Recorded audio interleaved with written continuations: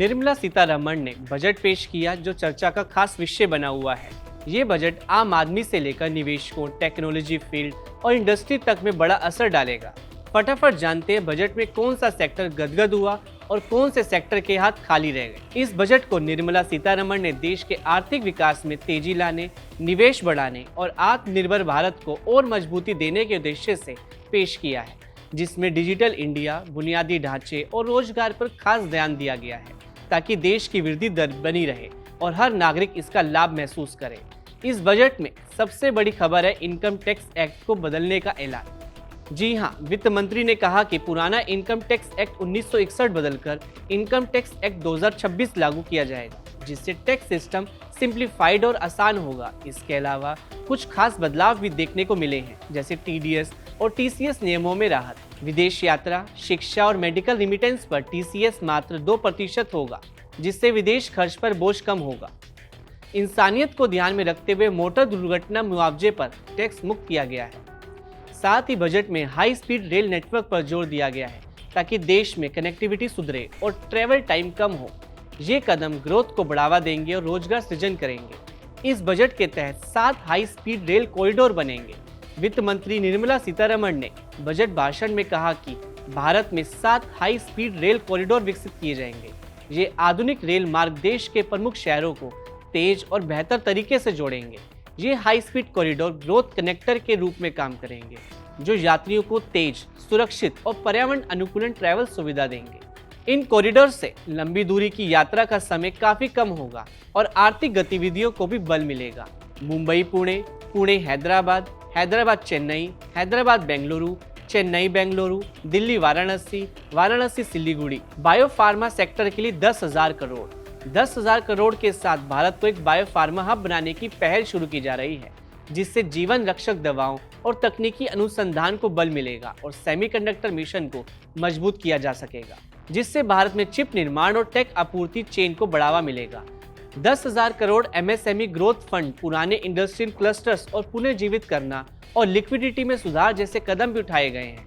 ओडिशा, केरल, आंध्र प्रदेश और तमिलनाडु में rare earth corridor स्थापित किए जाएंगे।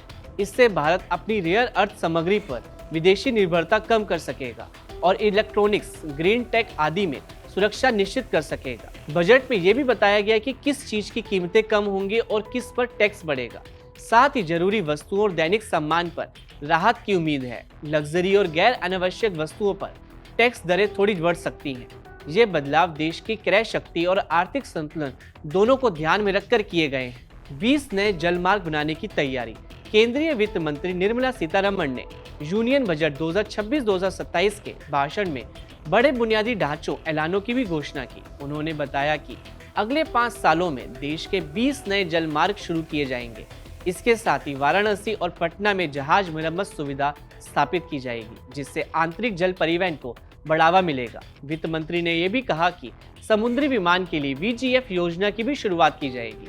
आंतरिक जल मार्गों के उपयोग को बढ़ाने के लिए वाराणसी और पटना को विकसित किया जाएगा और वाटरवेज के इस्तेमाल हेतु प्रशिक्षण की व्यवस्था की जाएगी। शुगर कैंसर की दवाएं होंगी सस्ती। बायोफार्मा पर जोर देने का एक बड़ा परिणाम शुगर और कैंसर के लिए कम लागत वाली दवाएं भी होंगी। ये भारत की सबसे तेजी से बढ़ती स्वास्थ्य चुनौतियों में से 2 है। बायोलॉजिकल दवाओं के घरेलू उत्पादन को प्रोत्साहित करके सरकार का लक्ष्य विनिर्माण लागत को कम करना है। इससे सीधे तौर पर मरीजों के लिए कीमतें कम होंगी और सार्वजनिक स्वास्थ्य पर भी दबाव कम होगा। इसी के साथ इस इकोसिस्टम का समर्थन करने के लिए बजट में 3 नए राष्ट्रीय फार्मास्यूटिकल शिक्षा और अनुसंधान संस्थानों की स्थापना के साथ साथ 7 मौजूदा संस्थानों को अपग्रेड करने का भी प्रस्ताव है। ये संस्थान एडवांस फार्मास्यूटिकल शिक्षा, अनुसंधान और नवाचार पर ध्यान केंद्रित करेंगे।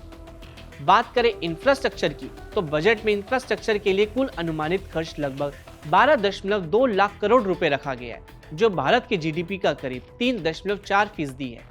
ये राशि कैपिटल एक्सपेंडिचर के तौर पर सड़क, रेलवे, लॉजिस्टिक्स और ट्रांसपोर्ट प्रोजेक्ट्स में बांटी जाएगी। इसके अलावा 4 राज्यों में खनिज कॉरिडोर, मेगा टेक्सटाइल पार्क और कंटेनर निर्माण के लिए 10,000 करोड़ का प्रावधान किया गया है। अपने बजट भाषण में निर्मला सीतारमण ने सीमेंट, स्टील के खास काम के लिए 20,000 करोड़ रुपए की घोषणा की है।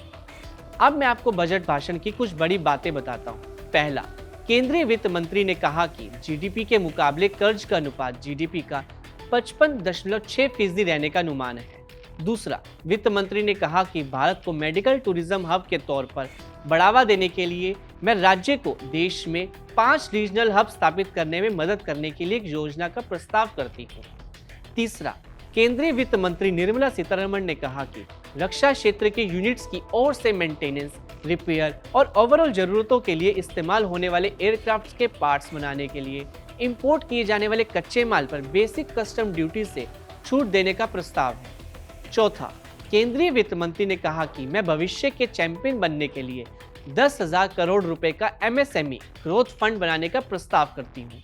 पांचवां, सीतारमण ने कहा कि high value technology advance CIE की घरेलू मैन्युफैक्चरिंग को मजबूत करने के लिए कंस्ट्रक्शन और इंफ्रास्ट्रक्चर इक्विपमेंट को बेहतर बनाने के लिए एक योजना शुरू की जाएगी।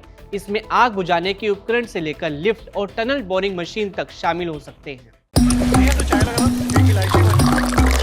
यहाँ ताजा खबर के साथ हर दिन की शुरुआत कड़क है। आमने सामने बैठ रखते हैं बात पूरे दम से, आराम से। चर्चा होती है बेधड़क। यहाँ किस्से कहानियों में बोल सरल और अंदाज बेहद कड़क मिलता है। जीने में एक तेवर है जो आता है सही ज्ञान, जानकारी और उससे कमाई कड़क नोट से। इधर मौके पर चौका नहीं, छक्का लगा जलवा दिखाते हैं। कड़क क्रिकेट से अपने रोमांच को जो बढ़ाते हैं। यहाँ की हर बात का मिजाज एक है, मिजाज कड़क। आपका अपना YouTube चैनल कड़क लाइव बेधड़क। क्रिकेट का हर एंगल क्लियर कट, ओपिनियन हो या एनालिसिस, डिलीवरी होगी एकदम कड़क। कड़क लाइव बेधड़क। बाजार की बात साफ, सीधी और अंदाज कड़क। पैसे की दुनिया में आपका हर दिन होगा एकदम कड़क। कड़क लाइव बेधड़क।